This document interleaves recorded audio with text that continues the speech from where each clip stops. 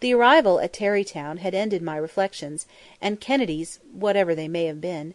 Mackay himself had met us at the station, and with a few words, to cover his nervousness, had whisked us out to the house. As we approached, Kennedy had taken quick note of the surroundings, the location of the home itself, the arrangement of the grounds. There was a spreading lawn on all four sides, unbroken by plant or bush or tree, sheer prodigality of space, the better to display a rambling but most artistic pile of grey granite.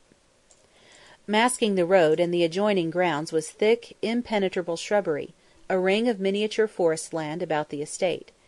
There was a garage, set back, and tennis courts, and a practice golf green. In the centre of a garden in a far corner a summer house was placed so as to reflect itself in the surface of a glistening swimming pool. As we pulled up under the porte cochere Emery Phelps, the banker, greeted us.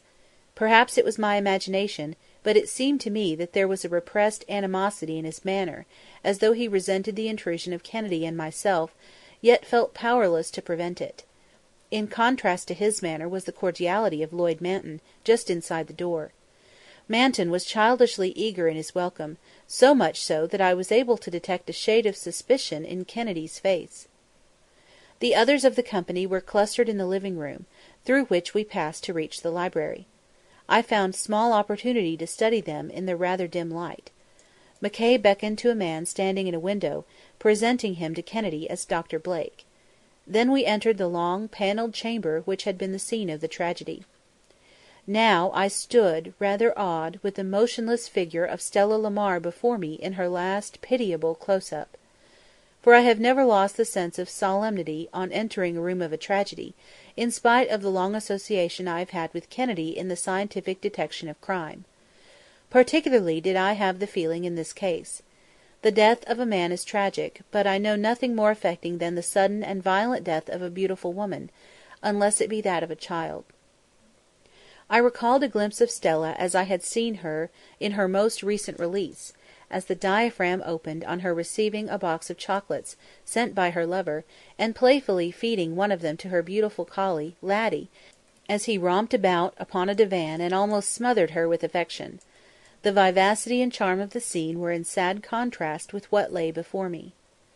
As I looked more carefully I saw now that her full, well-rounded face was contorted either with pain or fear, perhaps both.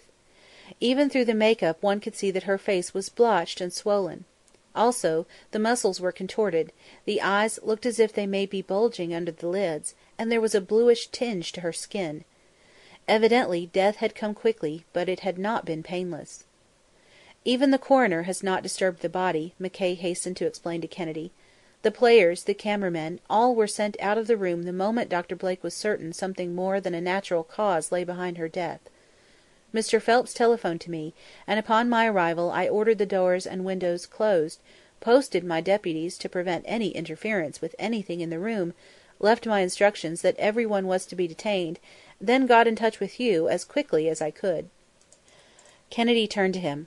Something in the tone of his voice showed that he meant his compliment. "I'm glad, Mackay, to be called in by someone who knows enough not to destroy evidence, who realizes that perhaps the slightest disarrangement of a rug, for instance, may be the only clue to a murder. It's rare." The little district attorney beamed.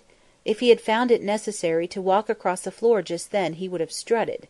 I smiled, because I wanted Kennedy to show again his marvellous skill in tracing a crime to its perpetrator.